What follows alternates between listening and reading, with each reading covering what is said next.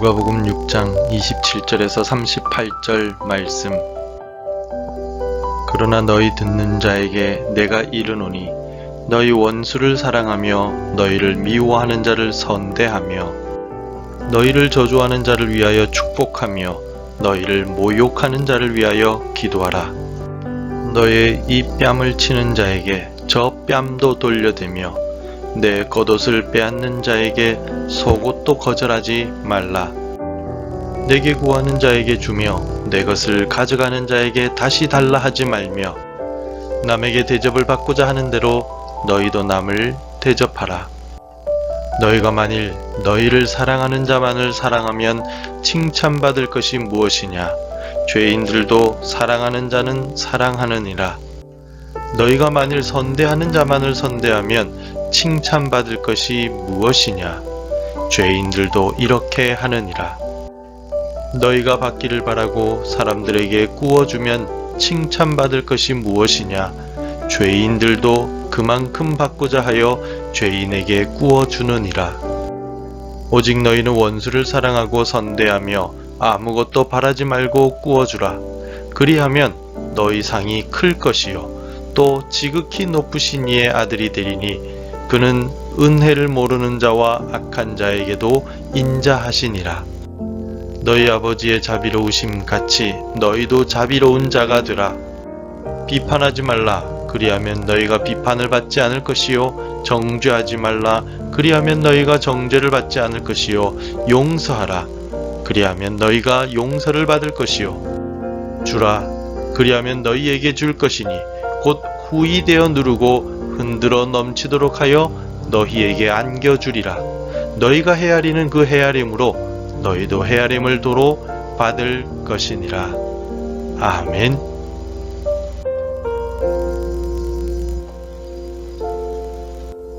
이 땅을 살아가면서 손해보고 싶어하는 사람은 아무도 없을 것입니다. 손해보기보다는 더 풍성하길 원하고 나의 지갑을 채우기를 좋아합니다. 어쩌면 자신의 이익을 챙기기보다 남들을 먼저 챙기는 사람을 보면서 어리석은 사람이라고 말할지도 모르겠습니다. 오늘 본문을 통하여 예수님은 손해보는 삶, 세상 사람들이 볼 때에는 어리석은 모습의 삶을 살아가라고 우리에게 말씀하십니다. 이해하기 힘들고 실천하기도 힘든 말씀을 하시면서 손해보는 삶이 제자의 삶임을 가르치셨습니다.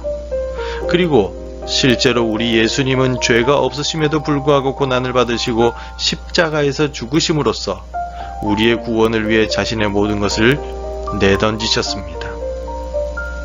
과연 예수님께서 가르치시고 또한 보여주신 진정한 제자의 삶은 어떤 삶입니까? 예수님께서 가르쳐 주시고 보여주신 진정한 제자의 삶은 손해보는 삶입니다. 사람은 본능적으로 자기 것을 챙기기를 좋아합니다. 내 것을 하나라도 더 챙기고 싶어 하는 것이 우리 인간의 본성입니다. 그런데 예수님은 진정한 제자의 삶을 살기 위해서는 이러한 본성을 거슬러 손해보는 삶을 살아야 한다라고 말씀하십니다. 29절에서 너의 이 뺨을 치는 자에게 저 뺨도 돌려대며 내 겉옷을 빼앗는 자에게 속옷도 거절하지 말라. 뺨을 맞을 행동을 했거나 겉옷을 빼앗길 만한 잘못을 저질렀기 때문이 아닙니다. 이유 없이 뺨을 맞고 이유 없이 겉옷을 빼앗기는 상황에 놓였다 하더라도 진정한 제자는 반대편 뺨도 돌려대고 속옷까지 내어주라고 말씀하십니다. 어찌 보면 억울하고 답답하고 분노할 수 있는 상황이지만 주님을 따르는 진정한 제자는 줄 수 있는 것을 먼저 다 주는 삶을 살아가는 사람을 말합니다. 그때가 지나면 모든 것이 정리가 되고 해결이 되겠지만 문제의 그 순간에는 분노로 다투지 말고 손해를 감수하라고 말씀하고 계십니다. 실제 우리 주님이 그렇게 사셨습니다. 뺨을 맞으시고 침뱉음을 당하셨지만 저주하지 않으시고 묵묵히 참으셨습니다. 그리고 용서해달라고 하나님께 기도하셨습니다.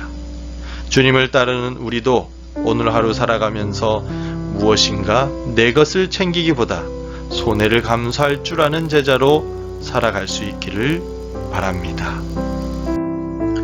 내가 잘하는 것을 내세우고 자랑하길 좋아하는 우리 인간은 대접을 받는 것도 좋아합니다. 누군가가 나를 지켜주고 높여주면 괜히 어깨가 으쓱해지면서 행복감을 느끼기도 합니다. 그러나 예수님은 이렇게 말씀하셨습니다. 31절에서 남에게 대접을 받고자 하는 대로 너희도 남을 대접하라. 말씀의 황금률, 즉 황금과 같은 귀한 말씀인 31절은 먼저 대접하는 삶을 살라고 우리에게 가르쳐주고 있습니다. 이 말씀은 내가 먼저 칭찬해주고 내가 먼저 섬겨주고 내가 먼저 용서하고 손을 내미는 삶을 의미합니다. 정말 칭찬해주기 싫은 사람이라 할지라도 무조건적인 칭찬이 아닌 분명히 칭찬할 만한 것은 칭찬해주는 것을 말합니다. 내가 베풀어 줄 수 있는 것은 싫은 사람이라 할지라도 그 사람이 필요한 상황이라면 기꺼이 내어주는 삶을 말합니다. 필요한 사람에게 내가 먼저 도움의 손길을 내미는 그 삶이 바로 먼저 대접하는 삶이며 진정한 제자의 삶입니다. 오늘 내가 돕고 대접해야 할 사람이 누구입니까? 오늘 꼭 그 사람을 섬기고 먼저 대접할 수 있기를 바랍니다. 마지막으로 진정한 제자는 아버지 하나님을 닮아 자비로운 삶을 사는 사람을 말합니다. 36절 말씀에서 너희 아버지의 자비로우심 같이 너희도 자비로운 자가 되라 라고 예수님은 말씀하셨습니다. 여기에 나오는 이 자비라는 말은 동정심을 가지고 상대방의 입장을 이해하는 마음을 말합니다. 쉽게 말해서 역지사지의 마음을 가지고 배려하는 것을 의미합니다. 어려움을 겪고 있는 성도를 보면서도 긍휼히 여기는 마음이 없다면 자비롭지 못한 삶입니다. 어린아이들이 학대를 받았다는 뉴스를 보고서도 마음에 안타까운 마음이 생기지 않는다면 전혀 자비롭지 못한 사람입니다. 하나님은 우리가 죄로 인하여 허덕이고 괴로워하고 있는 모습을 보시며 안타까워하셨습니다. 하나님의 그 자비하심 덕분에 독생자 예수께서 이 땅에 오셨고 구원을 받을 수 있게 된 것입니다. 하나님의 이러한 자비하심을 닮아 우리도 주변 이웃들에게 관심을 가지고 그들의 어려움에 공감할 수 있는 마음을 가져야 진정한 제자라고 할 수 있습니다.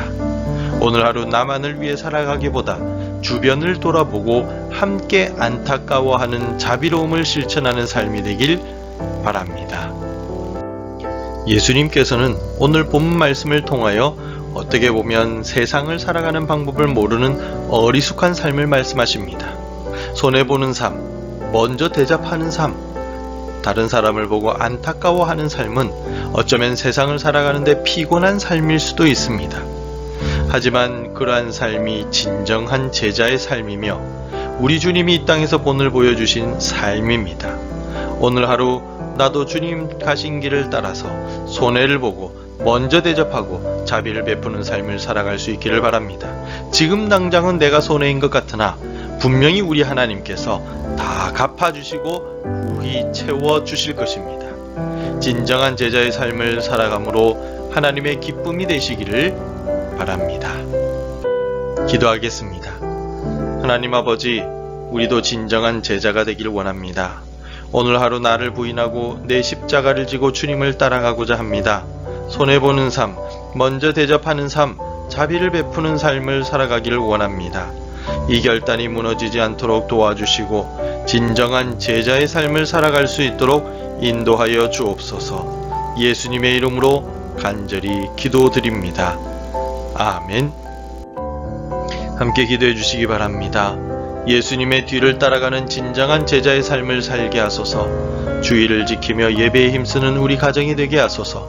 바이러스의 문제가 속히 해결되게 하시고 수고하고 고통당하는 모든 이들을 위로하여 주소서. 오늘도 말씀과 기도로 하루를 시작하시기를 바랍니다.